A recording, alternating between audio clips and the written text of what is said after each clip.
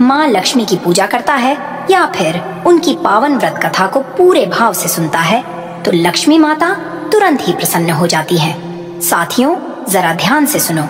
ये व्रत कथा किन किन के लिए वरदान साबित होती है? जिनके जीवन में हमेशा पैसों की तंगी रहती है या फिर पैसा आता तो है पर टिकता ही नहीं, जिनके घर में हर दिन कोई न कोई टेंशन, कलह या बेचैनी बनी रहती है, और हाँ, जिनकी मेहनत तो बहुत है पर किस्मत उनका साथ नहीं देती। ऐसे सभी भक्त यदि माँ को सच्चे दिल से याद करें, व्रत करें या कथा को श्रद्धा भाव से सुने तो माँ लक्ष्मी अवश्य अपनी असीम कृपा बरसाती हैं। प्रिय साथियों, कथा को अंत तक अवश्य सुने। और हाँ, वीडियो के बिल्कुल अंत में माँ लक्ष्मी की महत्वपूर्ण दिव्य वाणी दी गई है। उसे सुनना आपके आत्मिक उत्थान के लिए अत्यंत आवश्यक है। जगत जननी की कृपा प्राप्त करने के लिए कमेंट में जय माँ लक्ष्मी अवश्य लिखें।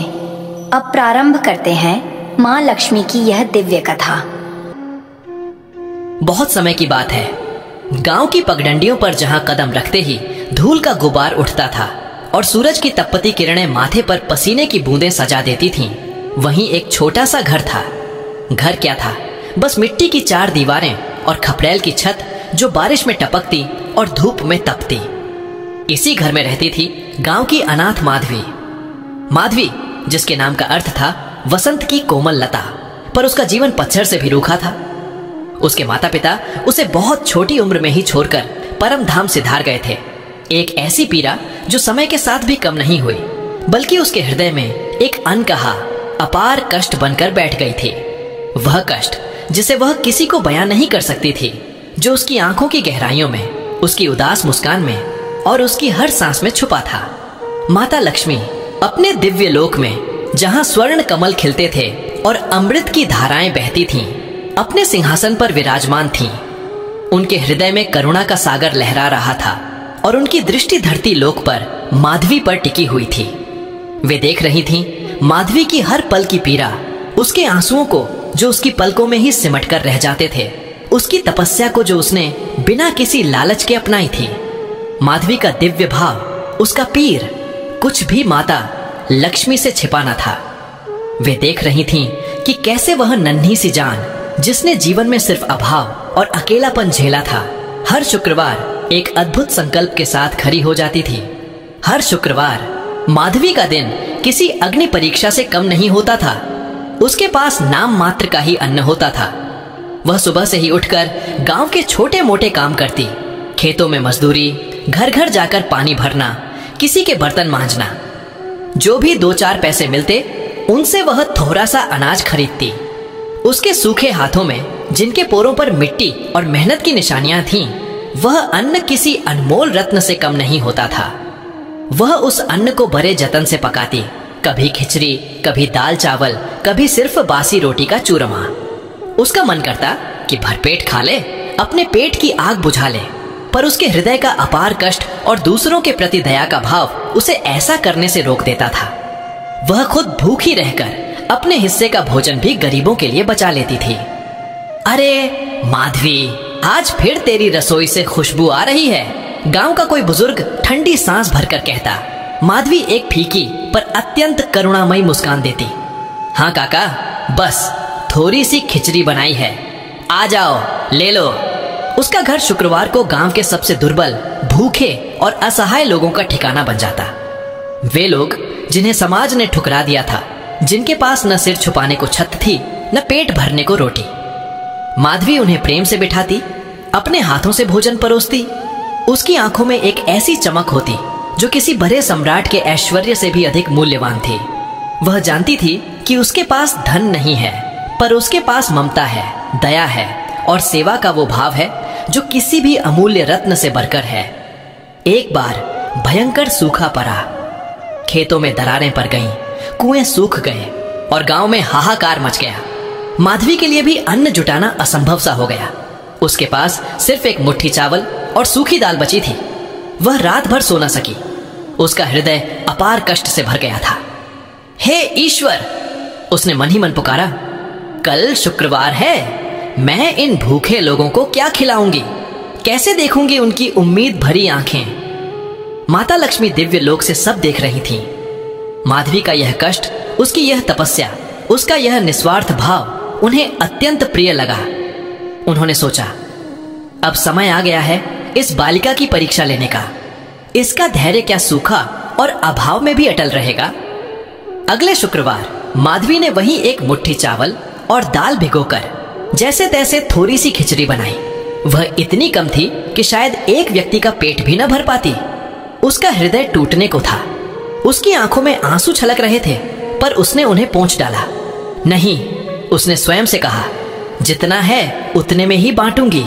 मेरी नियत साफ है, प्रभु मेरी मदद करेंगे। वह जैसे ही खिचड़ी लेकर घर के बाहर आई, उसने देखा कि एक अत्यंत वृद्ध महिला, जिसकी पीठ कमान की तरह झुकी हुई थी, बाल सफेद और बिखरे हुए और चेहरे पर अथाह थकान व भूख के निशान थे, उसकी ओर डगमगाते कदमों से आ रही थी। महिला के शरीर पर फटी हुई साड़ी थी और उसकी आंखों में ऐसी दीनता थी जिसे देखकर पत्थर भी पिघल जाए। बेटी, वृद्ध महिला की आवाज कांप रही थी, भूख से जान निकली जा रही है। क्या तेरा यह अनाथालय है? सुना है तू भूखों को खिलाती है। क्या मेरे लिए कुछ है? माधवी उस वृद्ध महिला को देखकर और भी विचलित हो गई। उसके हृदय का अपार कष्ट और बढ़ गया। वह जानती थी कि इतनी कम खिचड़ी में वह सबको कैसे खिलाएगी, पर उस वृद्ध महिला की हालत देखकर उसका मन द्रवित हो उठा। आइए माताजी, माधवी ने अत्यंत विनम्रता और प्रेम से कहा। जरूर है, आप भीतर आइए, मैं आपको बिठाती हूं। उसने वृद्ध महिला को अपनी टूटी हुई खटिया पर बिठाया और स्वयं पास आकर बैठ गई। उसके पास सिर्फ एक ही थाली थी। उसने थोड़ी सी गर्म खिचड़ी थाली में परोसी और कांपते हाथों से वृद्ध महिला की ओर बढ़ाई। यह लीजिए माताजी, उसने कहा। यह थोड़ा सा ही है, पर प्यार से बनाया है। वृद्ध महिला ने थाली पकड़ी, पर खाने की बजाय उसने एक अजीब सा काम किया। उसने खिचड़ी को सूंघा और फिर अचानक ही उस थाली को पलट दिया। सारी खिचड़ी जमीन पर बिखर गई और उसके साथ ही माधवी की उम्मीदें भी। माधवी की आंखों में आंसू भर आए। यह उसका अंतिम सहारा था, उसका अंतिम प्रयास था दूसरों की मदद करने का, और वह भी व्यर्थ हो गया।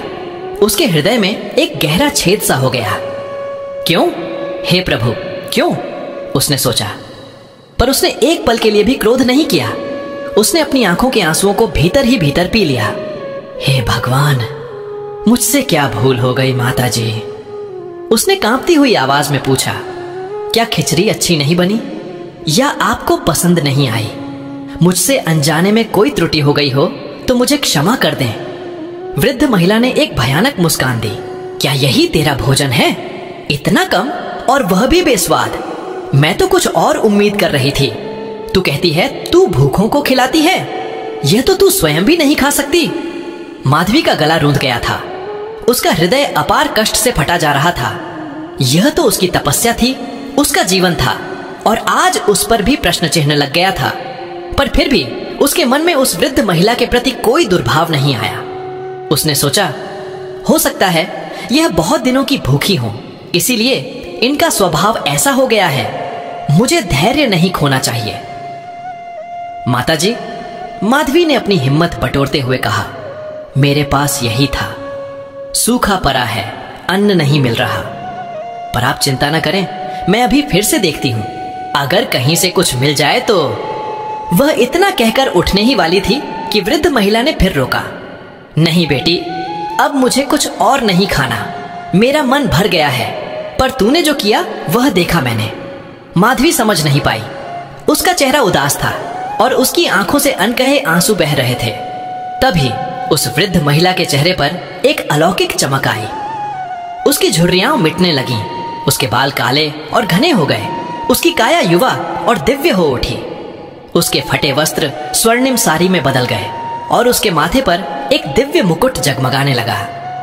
उसके हाथ में कमल का पुष्प था और उसके मुखमंडल पर ऐसी आभा थी जिसे देखकर माधवी की आंखें चमक उठीं और फिर श्रद्धा से झुक गईं। यह कोई साधारण वृद्ध महिला नहीं थी। यह तो स्वयं माता लक्ष्मी थीं, जो अपने पूर्ण वैभव के साथ उसके समक्ष खड़ी थीं। माधवी ने अपने कानों पर विश्वास नहीं किया, अपनी आंखों पर नहीं किया। वह स्तब्ध थी और उसके हृदय का सारा कष्ट एक पल में अद्भुत आनंद में बदल गया। पर वह आनंद से भी अधिक भय से कांप रही थी। उठो बेटी माधवी, माता लक्ष्मी की दिव्य मधुर वाणी गूंजी। डरो मत, मैं तुम्हारी तपस्या, तुम्हारे धैर्य और तुम्हारी असीम दया से अत्यंत प्रसन्न हूं। माधवी जमीन पर घुटनों के बल बैठ गई। उसके आंचल से आंसू बह रहे थे। हे माता, वह बोल भी न पाई। मैंने तुम्हें हर पल देखा है माधवी, माता लक्ष्मी ने कहा। तुम्हारे हृदय का अपार कष्ट, तुम्हारे आंसुओं को जो तुमने हजारों बार भीतर ही भीतर पी लिया, तुम्हारे इस निस्वार्थ भाव को, तुम्हारी इस तपस्या को, तुमने स्वयं भूखी रहकर दूसरों का पेट भरा, तुमने अभाव में भी कभी धैर्य नहीं खोया, और जब मैंने तुम्हारी परीक्षा ली तो तुमने मेरे द्वारा फैलाए गए भोजन के बाद भी क्रोध नहीं किया, बल्कि मुझे संतुष्ट करने का प्रयास किया। यह कोई साधारण दया नहीं, यह तो स्वयं ईश्वर का अंश है। माता लक्ष्मी ने अपना आशीर्वाद भरा हाथ माधवी के सिर पर रखा। आज से तुम्हारा यह कष्ट समाप्त होता है पुत्री। आज से तुम असीम वैभव की स्वामिनी होगी। तुम्हारा यह छोटा सा घर एक भव्य प्रासाद में बदल जाएगा। तुम्हारे खेत धन धान्य से लहलहा उठेंगे। तुम्हारे पास इतना अन्न होगा कि तुम जितने चाहो उतने भूखे लोगों को खिला सको। और यह कहते ही माता लक्ष्मी का तेज इतना बढ़ा कि माधवी की आंखें चौंधिया गईं। जब उसने आंखें खोली तो वह अपने छोटे से खपरेल के घर में नहीं थी। वह एक विशाल भव्य भवन के प्रांगण में खड़ी थी। सामने एक सुंदर उद्यान था जहां रंग बिरंगे फूल खिले थे। चारों ओर समृद्धि थी, सुख था और ऐसा ऐश्वर्य था जिसकी उसने कभी कल्पना भी नहीं की थी। उसके मैले कुचैले वस्त्र रेशमी साड़ी में बदल चुके थे और उसके हाथों में सोने के कंगन चमक रहे थे। यह सब किसी स्वप्न से कम न था। माधवी की आंखों से खुशी के आंसू बह रहे थे। उसने माता लक्ष्मी को धन्यवाद दिया, पर माता लक्ष्मी तब तक अंतर्ध्यान हो चुकी थी। माधवी ने अपने नए जीवन का आरंभ माता के आशीर्वाद से किया, पर वह अपनी जड़ों को कभी नहीं भूली। उसके हृदय का अपार कष्ट भले ही अब आनंद में बदल चुका था, पर दूसरों के प्रति उसकी दया और करुणा का भाव कभी कम नहीं हुआ। उसने उस विशाल प्रासाद के दरवाजे हर शुक्रवार को खोल दिए। अब उसके पास ढेर सारा अन्न था, कई सेवक थे और वह पूरे गांव के भूखे लोगों को भरपेट भोजन कराती थी। उसके भंडारे में कभी कोई खाली हाथ वापस नहीं जाता था। उसने गांव में विद्यालय खुलवाए जहां बच्चों को मुफ्त शिक्षा मिलती थी। उसने कुएं खुदवाए, तालाब बनवाए ताकि सूखे की मार फिर कभी गांव पर न पड़े। उसने बीमारों के लिए औषधालय खोले जहां सभी को मुफ्त इलाज मिलता था। माधवी, जो कभी स्वयं अनाथ थी, अब पूरे गांव की मां बन चुकी थी। उसकी कथा दूर दूर तक फैल गई और लोग उसके दर्शन करने आने लगे। पर एक दिन माधवी को एक चेतावनी मिली। वह अपने प्रासाद में बैठी अपनी सेवा करते हुए लोगों को देख रही थी। उसके मन में एक क्षण के लिए विचार आया, मैंने कितना कुछ कर दिया है, आज मेरे जैसा दानवीर कोई नहीं। उसी क्षण उसके कानों में एक दिव्य वाणी गूंजी, माधवी, संपत्ति का मोह तुम्हें पथभ्रष्ट न करे। यह वैभव तुम्हारी तपस्या का फल है, अहंकार का नहीं। इस धन का सदुपयोग ही सच्चा वैभव है। जिस पल तुमने अपने भीतर अहंकार को स्थान दिया, उस पल तुम्हारी सारी समृद्धि धूल में मिल जाएगी। याद रखो, मैं केवल उन पर कृपा करती हूँ जिनके हृदय में दया और निस्वार्थ सेवा का भाव सदैव जागृत रहता है। माधवी चौंक उठी। यह माता लक्ष्मी की वाणी थी। उसने तुरंत स्वयं को संभाला और अपने मन में उठ रहे अहंकार के उस बीज को कुचल दिया। साथियों, इस वीडियो में मां लक्ष्मी की पावन व्रत कथा यहीं पर होती है समापन। अब आइए मां लक्ष्मी की दिव्य वाणी सुने। अनाथ माधवी की कथा के माध्यम से मानवता को संबोधित एक दिव्य संवाद, जहां करुणा, चेतावनी और आशा से भरी एक पुकार है। मैं मां लक्ष्मी हूँ, जगत जननी। हे मानव, हे मेरे प्राण प्रिय संतान, सुनो, सुनो मेरी बात, ध्यान से सुनो। मैं वही हूँ जिसने अनाथ माधवी के आंसू देखे। मैं वही हूँ जिसने उसकी भूखी सांसों में दया की धड़कन सुनी। मैं वही हूँ जिसने उसकी टूटी झोंपड़ी में प्रेम का दीपक देखा। मैं वही मां लक्ष्मी हूँ, जगत जननी। हे मनुष्य, तुम सोना चांदी को ही मेरा स्वरूप मान बैठे हो, पर क्या तुम जानते हो, मैं केवल धन नहीं हूं, मैं दया भी हूं। मैं केवल ऐश्वर्य नहीं हूं, मैं सेवा भी हूं। मैं केवल रत्न नहीं हूं, मैं तेरे भीतर का निष्कलंक हृदय भी हूं। जब मैंने माधवी की परीक्षा ली तब मैंने यह देखना चाहा कि क्या भूख उसे कठोर बनाएगी, क्या अभाव उसे क्रोध में डुबो देगा, या फिर उसका हृदय करुणा से भरा रहेगा। और देखो, उसने आंसू पी लिए पर किसी पर क्रोध न किया। उसने दुख सह लिया पर दूसरों का पेट भरने की चिंता न छोड़ी। यही है सच्चा वैभव, यही है वह दीपक जहां मैं सदैव वास करती हूं। हे मानव, आज तू अन्न के ढेर पर बैठा है। तेरे पास बैंकों में गिनती से बाहर संचित धन है, तेरे पास ऊंचे भवन है, चमचमाती मोटरें हैं। पर मैं तुझसे पूछती हूं, क्या तेरे दरवाजे पर कोई भूखा खड़ा है? क्या तेरे आंगन में किसी की आंखें आंसुओं से भीगी हैं? यदि है और तू अनदेखा कर देता है तो सुन, तेरा यह सारा वैभव मेरे लिए धूल के बराबर है। हे मनुष्य, संपत्ति पाना कठिन नहीं है, संपत्ति का सदुपयोग करना कठिन है। जिस पल तेरा हृदय करुणा से खाली हो गया, उसी पल तेरा घर मुझसे रिक्त हो जाएगा। याद रख, मैं वहां नहीं ठहरती जहां अहंकार है, मैं वहां नहीं ठहरती जहां दूसरों का अपमान है, मैं वहां नहीं ठहरती जहां दया का दीप बुझ चुका है। हे प्राणी, डर मत, हताश मत हो।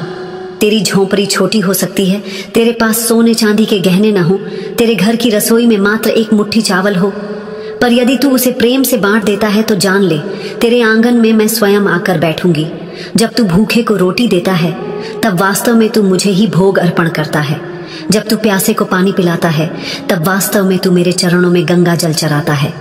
जब तू अनाथ के आंसू पोंछता है तब वास्तव में तू मेरे हृदय को शीतल करता है। हे मनुष्य, तू बार बार पूछता है, माँ तू कब आएगी मेरे घर? मैं कहती हूं, मैं हर उस घर में रहती हूं जहां करुणा का दीपक जलता है। मैं हर उस झोपड़ी में वास करती हूं जहां सेवा का संकल्प लिया जाता है। मैं हर उस आंगन में खिलती हूं जहां स्त्रियां प्रेम से रोटी सेंक कर भूखों को खिलाती हैं। तू समझ क्यों नहीं पाता? तेरा वैभव केवल तेरे लिए नहीं है, तेरा धन केवल तेरी तिजोरी के लिए नहीं है, तेरी थाली का अन्न केवल तेरे परिवार के लिए नहीं है। हे मानव, जिस क्षण तू अपने हिस्से का कौर निकालकर किसी भूखे को देता है, उसी क्षण मैं तेरे हृदय के पास आ बैठती हूं। सुनो मनुष्यों, यदि तुमने इस सृष्टि में केवल अपने लिए धन जोड़ा, यदि तुमने दूसरों की भूख पर पर्दे डाल दिए, यदि तुमने अनाथ के आंसू सुखाने के बजाय उनका उपहास किया, तो जान लो मैं तुमसे दूर हो जाऊंगी। तुम्हारे भवन रहेंगे पर उनमें शांति न होगी, तुम्हारे पास रत्न रहेंगे पर उनमें आनंद न होगा, तुम्हारी थाली भरी होगी पर स्वाद न मिलेगा, क्योंकि असली स्वाद करुणा में है, असली वैभव सेवा में है, असली संपत्ति दूसरों की मुस्कान है। हे मानवता, सुनो मेरी पुकार। आज भी कोई माधवी इस धरती पर भूखी बैठी है, आज भी कोई बच्चा सूखे होंठों से मां को पुकार रहा है, आज भी किसी बूढ़ी आंख में आंसू सूख नहीं रहे। तुम्हारे भीतर वह माधवी जागे जो दूसरों के लिए अपने हिस्से का त्याग कर सके। तुम्हारे भीतर वह साहस जागे जो अभाव में भी दया का दीप बुझने न दे। तुम्हारे भीतर वह विश्वास जागे जो कह सके, मैं भूखी रह लूंगी पर किसी और को भूखा नहीं देखूंगी। मेरी अंतिम पुकार है, हे मानव, मैं मां लक्ष्मी हूं, जगत जननी। मैं किसी तिजोरी की कैद नहीं हूं, मैं किसी महल की चौखट की दासी नहीं हूं। मैं तो वही हूं जो अनाथ की रोटी में बसती हूं, जो दया की दृष्टि में चमकती हूं, जो सेवा की करुणा में बहती हूं। याद रखो, धन के ढेर तुम्हें केवल अहंकार देंगे, पर दया का एक छोटा सा दीपक तुम्हें अमर कर देगा। सुनो सुनो हे मानव, मैं फिर पुकार रही हूं, करुणा अपनाओ, सेवा अपनाओ, धैर्य अपनाओ, तभी तुम मुझे पा सकोगे, तभी मैं सदैव तुम्हारे घर में वास करूंगी। और इस प्रकार मां लक्ष्मी की यह वाणी आकाश में गूंज उठी। सभी श्रोता मौन हो गए। किसी के आंसू बह रहे थे, किसी के हृदय में संकल्प जग रहा था। यह केवल एक कथा नहीं रही, बल्कि मानवता को दी गई एक अमर सीख बन गई कि सच्चा धन वही है जो दूसरों की सेवा में लगाया जाए। साथियों, इस वीडियो में मां लक्ष्मी की पावन व्रत कथा और दिव्यवाणी यहीं पर समापन होता है। हम कामना करते हैं कि माता लक्ष्मी की कृपा आप सभी पर बनी रहे, आपके जीवन में सदैव सुख, शांति, समृद्धि और सकारात्मक ऊर्जा का संचार होता रहे। यह विशेष दिन न केवल भक्ति भाव से भर देता है, बल्कि हमारे जीवन में एकता, प्रेम और आस्था का संदेश भी लेकर आता है। माता लक्ष्मी की कथा को सुनने के लिए हृदय से धन्यवाद। कृपया अपने विचार और अनुभव कमेंट्स में अवश्य साझा करें और जय मां लक्ष्मी लिखना न भूलें। आपके द्वारा किए गए कमेंट्स न केवल आपको प्रेरित करेंगे बल्कि अन्य दर्शकों के लिए भी भक्ति और श्रद्धा का स्रोत बनेंगे। जय मां लक्ष्मी।